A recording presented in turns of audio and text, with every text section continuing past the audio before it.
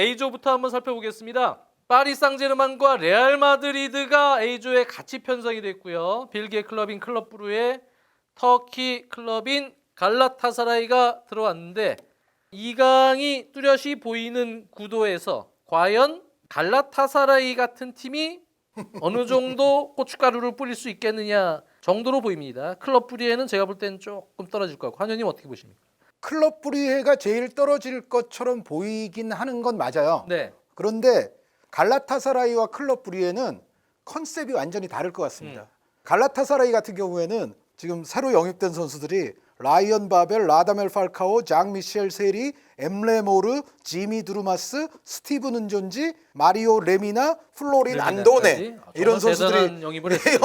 영입됐어요. 그래서 저희가 이제 빅리그들에만 보통 이제 이적 관심이 있기 때문에 다른 이런 터키 리그나 뭐 이런 그리스 리그나 뭐 이런 관심은 좀 없잖아요. 그런데 빅리그 이외의 리그 팀들 가운데에서 갈라타사라이는 올여름에 가장 괄목할 만한 영입을 한 팀이라고 해도 과언이 아니에요. 네. 대체로 보면 여기서 이제 셀타비고로부터 임대된 엠레 모르 같은 선수를 제외하고 그리고 이제 장미셸 세리 같은 선수들 여전히 뭐 젊은 선수이긴 하지만 대다수의 선수들은 우리가 예전부터 알아왔던 빅리그 빅클럽들에서 많이 뛰었던 그렇죠. 베테랑들입니다. 뭐 역전의 용사들 뭐 베테랑들이라고 볼 수가 있는데 이런 선수들이 과연 이제 자신의 최절정기만큼의 한 방을 할 수가 있느냐? 이제 결국 이제 갈라타사라이의 운명은 거기에 달렸다고 봐요. 일단 지금 터키 리그에서 시즌 초반 출발은 그다지 좋지를 못한데 이제 아직까지 뭐 팔카오 선수가 뛴 것도 아니고 이제 이 선수들이 다 합을 맞춰서 본인들이 갖고 있는 기존의 클래스를 정말 여기서 제대로 발현해 줄 수만 있다면 파리 생제르맹이나 레알 마드리드도 갈라타사라이와의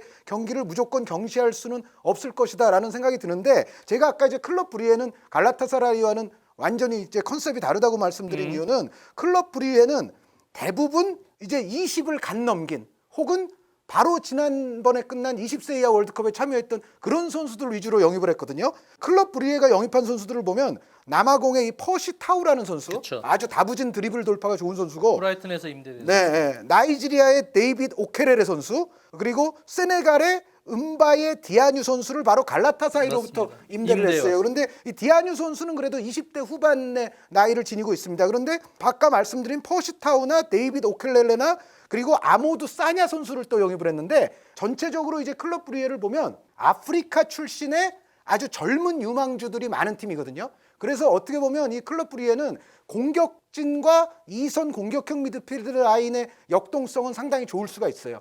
반면에 갈라타사라이는 아주 노회한 베테랑들로 이제 많이 팀이 이제 구성이 돼 있어서 두 팀이 약간 컨셉이 다르다. 그래서 일단 전체적인 액면가로 드러난 전력만으로 보면 역시 이 그룹은 2강에다가 갈라타사라이가 일단 다크호스로 좀 나설 수 있는 그런 구도라는 생각은 드는데 브리헤의 영파워도 무조건 경시할 수는 없다. 맞습니다. 저는 그렇게 정리를 합니다. 오히려 거꾸로 갈라타사라이는 라이언 바벨은 지금 네덜란드 대표팀에서도 다시 한번 제2의 전성기를 누리려는 요즘 그런 잘하잖아요. 상당히 좋은 폼을 보여주고 있고 그리고 터키 무대가 원래 베시타스에서 뛰던 선수였기 때문에 터키 리그 무대가 상당히 익숙한 선수입니다. 그래서 갈라타사라이로 지금 왔고 큰 적응에 문제가 없고 모나코에서 팔카오를 영입을 했지만 로마에서 임대가 된 은존지나 장쉐리 선수는 풀럼에서 임대가 됐고 르미나는 사우스햄튼에서 임대가 됐고 루마니아 공격수인 안도네도 브라이튼에서 임대가 됐는데 이 선수들은 경험들도 있고 동기부여도 또 역으로 보면 본인들이 또 챔피언스리그를 뛰고 싶은 그런 임대 선수들은 강하게 형성이 될 가능성도 있다 이런 생각이 들고요. 클럽 브루에는 아스톤 빌라로 이적한 주포였던 웨슬리 선수의 공백을 과연 젊은 선수들이 메워줄 수 있겠느냐 네네. 그런 부분에서 또 경험적인 부분도 약간 떨어지지 않나 이런 개인적인 생각이 있습니다. 그래서 갈라타사라이가 조금 낫지 않겠냐 보고 있고 파리와 레알 마드리드는 파리 같은 경우는 이제 네이마르가 이적이 불발이 됐습니다. 그래서 어느 정도의 팀의 충성도나 집중력을 보여줄지는 약간 걱정거리가 되긴 하고 또 음바페 선수가 지금 당장 1차전 레알 마드리드전에 햄스트링 부상 때문에 출장하기 지금 쉽지 않은 상황에서 카바니 선수까지 엉덩이 부상으로 1차전 출장 여부가 불투명합니다. 그래서 이카르디가 지금 막판에 합류를 하긴 했습니다만 첫 경기 레알 마드리드에게 질 경우에는 1위로 진출할 확률이 조금 떨어질 것이다. 네이마르는 또 징계도 있고요. 네, 네이마르 선수가 판정에 대한 모독으로 그렇죠. 3경기 징계를 받았기 때문에 사실 조별리그는 이제 반을 못 맞습니다. 뛰는 상태입니다. 그래서 제 생각에는 파리 생제르맹과 레알 마드리드의 두 팀 모두의 과제는 분위기인 것 같습니다. 그러니까 파리 생제르맹은 아시다시피 네이마르 선수가 어쨌든 잔류를 했잖아요. 그런데 얼마나 이제 네이마르 선수가 기존에 남아 있었던 동료들과 이제 화학작용을 잘 일으키면서 없었던 일처럼 좋은 팀으로 이제 갈 수 있느냐. 그리고 레알 마드리드 같은 경우는 지금 분명히 시즌 초반 출발이 삐걱거리면서 팀 분위기 그리고 지단 감독에 대한 어떤 압박 이런 것이 상당히 안 좋은 상태 아닙니까? 그래서 파리 생제르맹과 레알 마드리드가 다른 팀들과는 비교가 안 될 정도로 2강인 건 맞지만 요 두 팀은 일단 시즌 초반 팀 분위기들을 잘 추스릴 수가 있느냐. 그게 또 조금 변수가 될 수 있어요. 그렇죠. 그게 좀 과제일 것 같은데 두 팀 다 약간의 불확실성을 가지고 1위 네. 싸움을 할 것 같네요. 자, B조는 바이에른 뮌헨과 토트넘이 편성이 됐고 올림피아코스와 세르비아 명문 클럽 레드스타, 츠르베나 츠베즈다라고도 불리는데 바이에른 뮌헨은 근데 좀 우려했던 것보다는 기존의 뭐 4-2-3-1 전형이나 이런 부분들을 쿠티뉴 공격형 미드필더로 활용하면서 밸런스가 좀 안정적으로 운영이 될 가능성이 있다.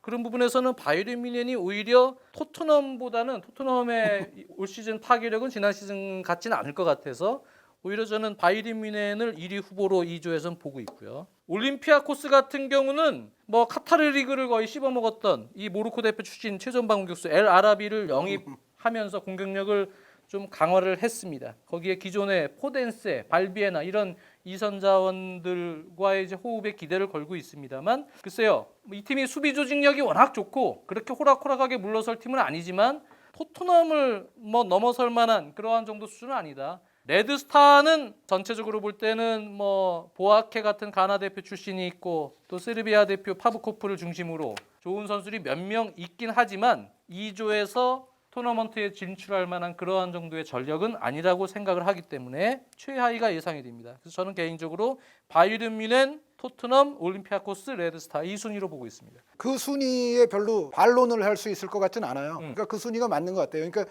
저도 토트넘은 일단은 지금 시즌 출발을 보더라도 그렇고 약간은 이제 정체된 느낌을 주거든요. 그러니까 지난 시즌까지는 아주 좋았죠. 영입이 없음에도 불구하고 짜여진 조직력과 포체티노 감독의 여러 가지 좋은 전술로 인해서 좋은 팀으로서 계속 이제 성장을 해왔는데 그 성장이 어느 정도는 이제 조금 꺾이거나 혹은 내지는 정체 이제 그런 상황에 토트넘은 접어들 공산이 크다고 보기 때문에 여전히 그래도 파워가 있는 바이에른이 특히 저는 이제 바이에른 뮌헨은 선수층이 조금 얇기 때문에 시즌 후반부에 가면 문제가 생길 수 있어도 지금 이거는 조별리그 아닙니까? 지금 이 조별리그에서는 바이에른 뮌헨은 별로 문제가 그렇게 안 생길 것 같아요. 그렇죠. 그래서 바이에른 뮌헨의 1위 가능성을 저도 높게 보고 있고 올림피아코스 같은 경우에는 말씀해 주신 대로 이제 발부에나 뭐 엘 아라비 이런 선수들이 있는데 기존에 미겔 앙헬 게레로라는 공격수가 하나 있어요. 이 선수가 이제 레가네스에 있던 선수인데 사실은 그 넣은 골수에 비해서는 여러 가지 좀 다재다능한 기량은 있는 선수입니다. 미겔 앙헬 게레로 선수와 이제 엘 아라비 선수가 어떻게 해주느냐에 따라서 이제 올림피아코스의 향배가 결정이 될 텐데 그럼에도 불구하고 전체적으로는 역시 이조는 2강이면은 틀림이 없어요. 다만 이제 요거 하나는 말씀을 드릴 게 올림피아코스가 챔피언스리그 이 본선 오는 예선 과정에서는 굉장히 잘했습니다. 빅토리아 풀젠, 이스탄불 바샥세이르, 크라스노다르를 이제 연파를 하면서 올라왔는데 특히 이제 크라스노다르 같은 경우에는 포르투를 또 탈락시킨 팀이에요. 그러니까 올림피아코스가 포르투를 탈락시킨 크라스노다르를 그것도 큰 스코어 차로 누르고 이제 본선에 왔거든요. 그래서 어떻게 보면 예선에서의 분위기와 지금 어떤 팀의 사기 자체는 올림피아코스도 상당히 좋다. 조직력이 예, 페드로 예. 마르틴스 감독이 특히 수비 조직력만큼은 맞아요. 뭐 진짜 예. 남들 부럽지 않은 조직력을 지금 맞춰놓은 팀이죠. 그러니까 말씀드렸던 대로 미겔 앙헬 게레로와 엘 아라비만 조금 기대치만큼 그렇습니다. 해준다면 그래서? 고춧가루 부대 정도는 될 수 있는데 그럼에도 불구하고 바이에른과 토트넘을 넘기에는 좀 힘들어 보이고요. 그리고 레드스타는 여기도 사실은 유명한 선수가 없는 건 아닙니다. 마르코 마린 같은 플레이메이커를 마린이. 갖고 있고요. 옛날 한 시절에 이제 맞습니다. 메넨글라트바우나 이제 베르더 시절에 유망주 첼시에도 잠깐 있었죠. 네. 마린 선수가 있고 또 영입은 나름 뭐 못한 건 아닙니다. 마테오 가르시아라고 예전에 라스팔마스에 있던 선수인데 아르헨티나 선수. 이 선수가 상당히 다부진 드리블 돌파나 이런 거는 능력이 있는 선수고요. 호세 카냐스라고 뭐 스완지에도 있었습니다만 파옥에서도 예, 원래 이 선수가 제일 잘했는 데는 베티스였거든요. 네. 스완지 오기 전에. 근데 스페인 선수죠. 예, 카냐스 같은 선수나 이 마테오 가르시아 같은 선수가 정말 좋았을 때의 기량만큼 좀 도와준다면 레드스타도 올림피아코스에게 또 발목을 잡을 수 있는 A와 B 그룹은 제 생각에는 비슷한 구도인 것 같아요. 2강이 있고 갈라타사라이와 올림피아코스가 다크호스 정도는 되는 가운데 클럽 브리헤와 레드스타는 갈라타사라이와 올림피아코스의 또 발목을 한번 잡고 이게 잘하면 또 유로파 리그는 갈 수 있지 않습니까? 그래서 3위 싸움은 어느 정도 또 걸어볼 수 있는 4위 팀들이 있긴 있다. 다만 여기는 2강과 3위, 4위의 간극은 일단 액면가로는 있어 보인다. 있어 보여요. 예, 그게 네. 그룹 A와 그룹 B의 공통점이라고 볼 수가 있습니다. 그만큼 올림피아코스가 다른 어떤 시즌보다 지금 팀이 좋습니다. 네, 그래서 여기선 레드스타랑은 조금 격차가 있지 않을까 그렇게 보고 있는 또 개인적인 생각이고 한의원님도 어느 정도는 그 부분에 대해서 공감하셨어요. C조를 가보겠습니다. 맨체스터 시티, 샤흐타르 도네츠크, 디나모 자그레브, 아탈란타. 여기는 2위 싸움이 상당히 치열할 것 같은데요. 일단 맨체스터 시티가 아무래도 토너먼트 진출의 첫 번째 1순위 후보임에는 틀림없을 것 같은데 과연 2위 싸움, 남은 티켓 한 장을 두고 누가 싸우겠느냐? 샤흐타르 도네츠크는 예전에 뭐 페르난지뉴, 아드리아누, 알렉스 테세이라 뭐 이렇게 브라질 출신의 아주 화려한 선수들이 있을 때보다는 지금 브라질 라인들이 네임밸류가 좀 떨어지지 않았느냐라는 얘기들이 많지만 최근에는 다시 꿈틀대는 느낌입니다.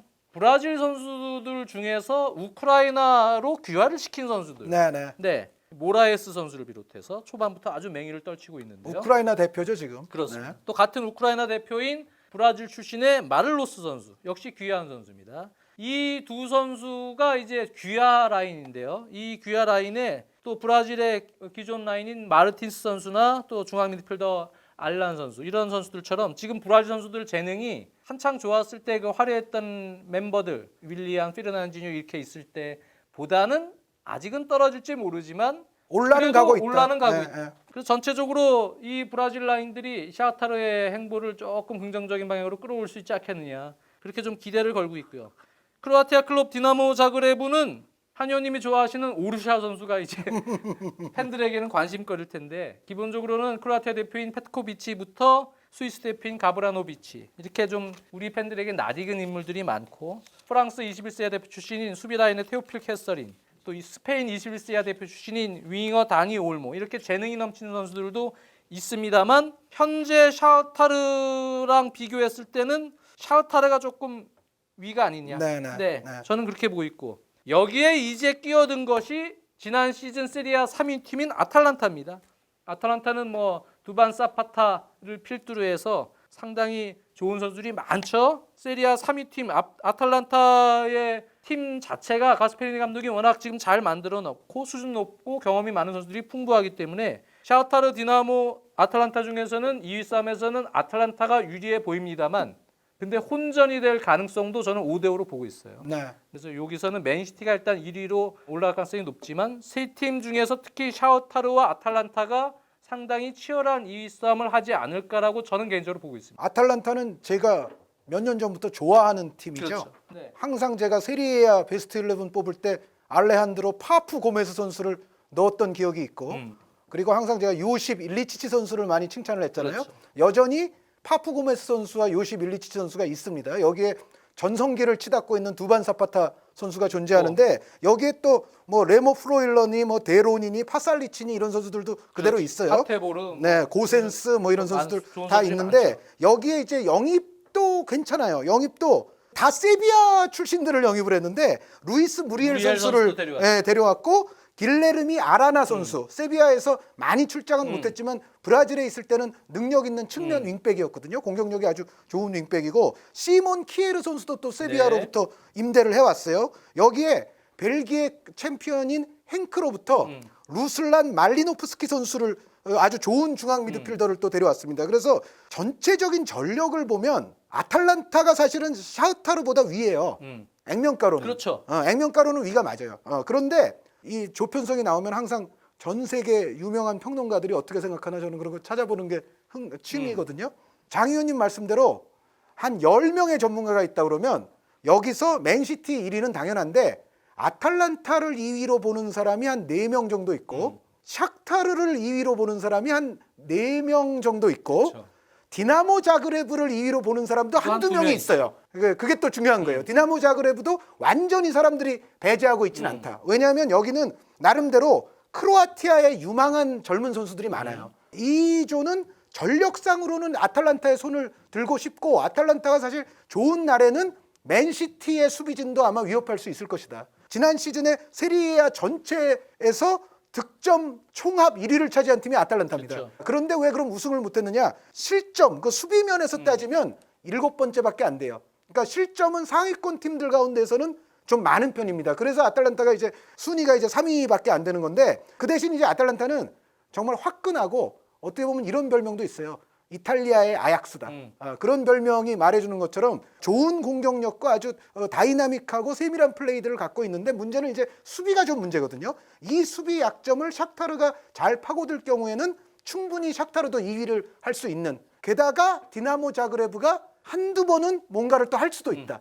그런 조라는 생각입니다. 네, 저랑 같은 얘기예요. 결과적으로는요. 자, 다음은 D조입니다. 유벤투스, 아틀레티코 마드리드, 레버쿠센 그리고 로코모티프 모스크바입니다. 세 팀 상당히 치열할 것 같은데 기본적으로 유벤투스가 여전히 생각보다는 힘이 있죠. 지금 사리 감독이 전술적으로는 좀 안정적인 운영을 초반에 지금 제가 볼 때는 하고 있는 것 같아요. 그래서 선수층도 여전히 두껍고 이과인, 호날두, 더글라스 코스타 이러한 공격진들을 밸런스 있게 지금 구축을 해놓고 기존의 허리 라인, 수비 라인 여전히 좀 강건한 상황입니다. 물론 부상자들이 발생이 되면서 키엘리니 같은 선수들이 전력 공백이 좀 되긴 했지만 전적으로는 여전히 힘이 있다는 생각이고 시메오네 감독의 아틀레티코 마드리드가 최근에 완전한 플랫 4-4-2를 탈피를 해서 르마 선수를 활용을 하는 그러한 또 공격형 미드필더 체계 4-3-1-2 같은 운영도 해보고 또 3백도 한번 구사를 해보고 그래서 트리피어 선수도 가세를 한 상황에서 조금씩 변화를 주고 있는 틀인데 생각보다 선수들이 그러한 전술적 틀을 잘 따라주고 있는 느낌입니다. 그래서 아틀레티코 마드리드도 기존의 어떤 강한 전력은 그대로 유지가 될 가능성이 높고 역시 주앙 펠릭스 같이 엄청나게 떠오르고 있는 이러한 젊은 공격진들이 또 힘을 불어넣을 가능성이 높기 때문에 유벤투스와 치열한 경합이 예상이 되고요. 문제는 이제 유베와 아틀레티코 마드리드에게 레버쿠센이 어느 정도의 싸움을 해줄 수 있느냐의 문제죠. 솔직히 지금 이 레버쿠센의 체계를 봤을 때 잘 모르겠습니다. 약간 하나씩 부족해서 좀 밀릴 가능성이 높다고는 일단 생각이 드는데 한 의원님은 어떻게 보시나요? 레버쿠센이 과연 유베와 아틀레티코 마드리드에게 어느 정도 싸워줄 수 있겠는가? 레버쿠젠은 기본적으로 율리안 브란트 선수를 내보냈지만 그 대신 영입한 선수들을 보면 데미르바이 선수, 아미리 선수, 무사 디아비 싱크라벤. 그리고 아약스로부터 이제 싱크라벤 선수를 데려왔어요. 그래서 기존의 멤버가 또 좋지 않습니까? 벨라라비, 하버츠, 베일리, 폴란트, 아랑기스, 요나탄 타, 웬델 이런 선수들이 또 건재하거든요. 그래서 그렇죠. 벤더 브라더스도 있고. 그래서 전체적으로는 레버쿠젠은 역시 재미있는 공격 축구를 할 수 있는 팀인 건 틀림없고 어떤 측면에서는 막 역동적인 그런 공격이 잘 살아날 경우에는 그 상대가 아틀레티코가 됐건 유베가 됐건 둘 다 괴롭힐 수 있다. 레버쿠젠은 그 능력은 충분한데 이제 문제는 조별리그는 이제 6경기 아닙니까? 6경기에서 레버쿠젠은 아탈란타와 조금 유사한 성향이 있어요. 그러니까 수비 같은 데서 문제가 발생하면서 실족할 가능성이 레버쿠젠은 좀 있어 보여요. 반면에 유벤투스와 아틀레티코는 조금 경기력이 안 좋아도 뭔가 좀 꾸역꾸역 할 수 있는 느낌을 주고 있습니다. 여기에 확실한 공격수들도 다 두 팀 모두가 보유하고 있죠. 또 아틀레티코 같은 경우에 조앙 펠릭스 선수를 또 모두가 주목합니다만 저는 디에고 코스타 선수가 어떻게 해주느냐가 올 시즌 또 아틀레티코에게는 굉장히 중요할 것 같아요. 그러니까 디에고 코스타가 부상만 아니고 멘탈 관리만 잘 된 상황이라면 여전히 디에고 코스타 선수는 저는 세계적인 탑 클래스 공격수라고 생각을 하거든요. 그래서 아틀레티코가 이제 코스타 선수가 예를 들어 잘해준다. 그리고 역시 유벤투스도 호날두 선수가 또 기대만큼 또 해준다. 이런 상황이면 제가 봤을 때는 전체적인 팀 밸런스와 실족 가능성의 측면에서는 레버쿠젠이 살짝 이 두 팀에 못 미칠 가능성이 있다. 그런 생각이에요. 그런데 어찌됐건 아까 제가 단판 승부에서는 레알이나 파리도 갈라타사라이를 조심해야 될 필요가 있다라는 말씀을 드린 것처럼 한 판 한 판 경기라면 레버쿠젠이 충분히 유벤투스나 아틀레티코를 아주 크게 괴롭힐 가능성은 충분히 있습니다. 다만 6경기를 다 했을 때 승점을 모으면 어떻게 될 거냐. 여기서는 레버쿠젠이 조금 불리하지 않겠나. 그런 생각을 하고 로코모티프의 경우에도 이 멤버가 나쁜 팀은 아니에요. 기존의 알렉세이 미란치쿠, 피오도르 스몰로프 선수 그대로 미란치쿠 있고요. 형제가 다 있고 스몰로프가 네, 있죠. 크리코비악 선수, 뭐 촐루카 선수, 리부스 선수 이런 선수들 있고 여기 이제 인터밀란으로부터 조앙 마리우 선수를 이제 임대를 해왔어요. 그거 네, 눈에 하나 띄는 정도예요. 네, 그렇죠. 그래서 러시아에서는 로코모티브가 당연히 약한 전력이 절대 아니지만 여기 위에 세 팀과 할 때는 좀 약해 보인다. 다만 이제 로코모티브는 역시 상대 팀들이 러시아 원정이 좀 어렵다는 거 이제 그렇죠. 거기에 이제 믿을 부분이 하나 있긴 한데 그럼에도 불구하고 이 조는 로코모티브의 4위 가능성이 아무래도 좀 높지 않을까 싶어요. 예, 예. 어쨌든 한번 지켜보겠습니다.